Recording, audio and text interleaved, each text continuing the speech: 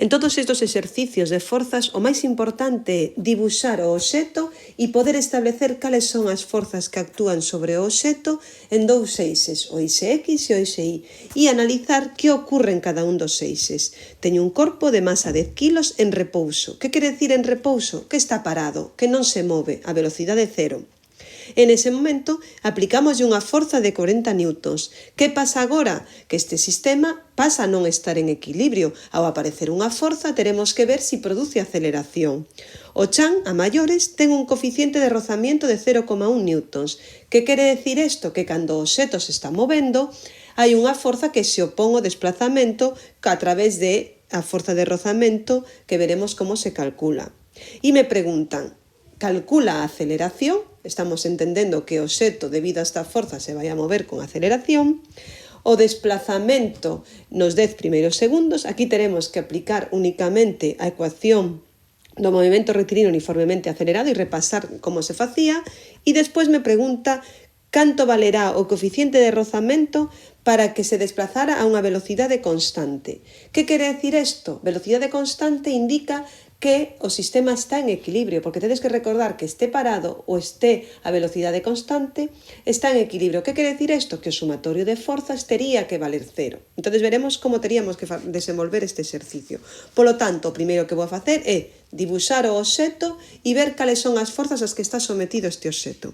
Este obxecto, por ter masa, vai a ser atraído pola terra, polo tanto aparece o peso. Por outro lado, como está nunha superficie, vai aparecer a normal, que era aquela forza que se observaba cando un obxecto estaba sobre unha superficie. Neste caso era sempre perpendicular á superficie na que se atopaba. Me indica tamén que se lle aplica unha forza horizontal de 40 newtons. Eu podo decidir en que sentido vou aplicar esta forza e por comodidade vou dibuixala no sentido da dereita. E xa por último me di que hai unha forza de rozamento, que o chan é rugoso e opón unha certa resistencia a moverse. Polo tanto, en que sentido irá? Por definición vai sempre en sentido contrario ao movimento. Imos a supoñer que o obxecto desplázase cara á dereita debido á acción desta forza e polo tanto a forza de rozamento será en sentido contrario. Xa teño todas as forzas que actúan sobre o obxecto. Polo tanto, xa podería responder á pregunta A. Aceleración. Con que aceleración se move este obxecto? O primeiro que teño que entender é, este obxecto se vai a mover en todos os eixes, se vai a mover no eixe horizontal e no eixe vertical ou só se move no eixe horizontal? Bueno, pois a priori parece lógico pensar que este obxecto só se vai a mover no eixe horizontal e que non se eleva, posto que a forza é horizontal. Pensemos cando eu estou arrastrando un obxecto, non consigo que levite. Iso que nos vai a permitir facer o estudio por separado do eixe X e do eixe Y. Así, mentres que no eixe Y non hai aceleración, polo tanto non se move, é dicir, está en equilibrio, e polo tanto o sumatorio de forzas vale cero. No eixe X ocorre algo diferente. No eixe X sí que se vai a desplazar con aceleración, dado que me está preguntando, e o sumatorio de forzas vai a ser igual a masa por aceleración. Polo tanto, para calcular a aceleración, nos fixaremos no sumatorio de forzas que hai no eixe X, é dicir, a F de 40 newtons teremos que restarlle a forza de rozamento, sabemos a masa e poderíamos calcular a aceleración. O valor da forza o temos, son 40 newtons, pero canto vale a forza de rozamento, posto que senón non imos a poder calcular a aceleración? Bueno, pois temos que recordar como se calculaba a forza de rozamento. E se recordamos cando definíamos as distintas forzas, recordaremos que a forza de rozamento calculábase como el valor de nu polo valor da normal. Polo tanto, preciso saber canto vale numéricamente a normal. Como calcularei este valor? Pois fixándome onde está. A normal está no eixe Y. E no eixe Y sabíamos que o sumatorio de forzas valía cero. Que quere decir isto? Que a normal menos o peso eran igual a cero. E polo tanto, que quere decir isto? Que a normal coincide co peso. Calculamos, polo tanto, primeiro o valor da normal. Como calculamos? Exactamente igual ao peso, que era masa por gravedade. Masa 10 por gravedade 9,8 nos dá un valor da normal de 9,98 newtons. Bueno, neste caso, este valor da normal é o que sustitúo na ecuación. Sei que o coeficiente de rozamento era 0,1, multiplicado por 98 nos daba o valor da forza de rozamento que é de 9,8 newtons. Bueno, pois xa temos todas as forzas que interveñen na aceleración. Por un lado teño a forza de 40 newtons, que non é exactamente a que provoca a aceleración, porque a esa teño que descontarlle a forza de rozamento que calculei que vale 98 newtons. Pois xa podemos resolver o exercicio.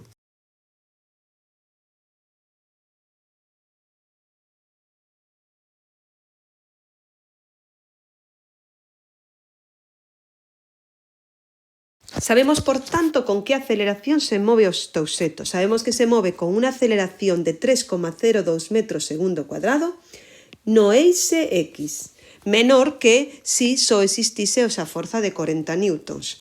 Para calcular o desplazamento nos primeiros 10 segundos, teremos que facer uso do que dimos no tema anterior, que era de cinemática. Temos que escribir a ecuación, neste caso a ecuación dun movimento rectilíneo uniformemente acelerado, onde a posición inicial vamos a considerar que é cero, consideramos xusto cando inicia o movimento. A velocidade inicial é cero porque nos decía o enunciado que partía do repouso e a aceleración será o dato que calculamos no apartado anterior a través da forza. Polo tanto, primeiro escribimos a ecuación xenérica, sustituímos os valores e xa poderemos resolver a ecuación.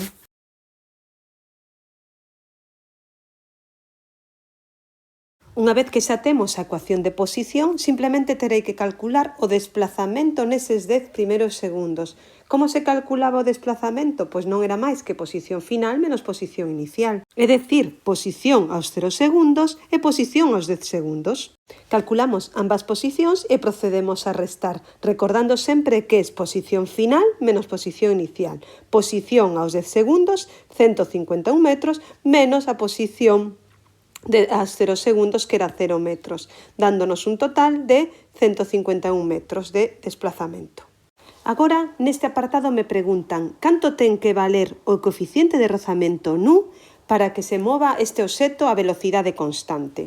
Que me está dicindo cando di que se move a velocidade constante? Pois me está dicindo que o sumatorio de forzas no eixe X tamén vale cero. Vimos anteriormente que o sumatorio de forzas no eixe Y valía cero. Eso que quería decir que non se estaba desplazando no eixe Y. A normal menos o peso valía cero e a normal coincidía co peso e era o que nos permitía calcular despois a forza de rozamento. Bueno, pois neste caso ocurre a maiores que o sumatorio de forzas no eixe X tamén vai a valer cero, posto que se move a velocidade constante. Que indica isto? Que se nos fixamos no eixe X, a forza menos a forza de rozamento terá que valer cero. Polo tanto, a forza de rozamento coincidirá exactamente co valor numérico da forza que estábamos aplicando de 40 newtons. Xa sei que a forza de rozamento vale 40 newtons e agora, aplicando a definición de forza de rozamento, sei que nu pola normal vale 40 newtons. A incógnita era nu. Polo tanto, como podo calcular ese valor? Teño que saber canto vale n, pero n vale exactamente o mesmo que o peso, dado que o sumatorio de forzas no eixe Y valía cero. Polo tanto, n é masa por gravedade. Temos o valor da normal, agora só nos queda despexar o coeficiente de rozamento para saber cal é o seu verdadeiro valor. Para que o móvil se mova a velocidade constante, o coeficiente de rozamento terá que ser moito maior que no apartado anterior, pasando de 0,1 a 0,41.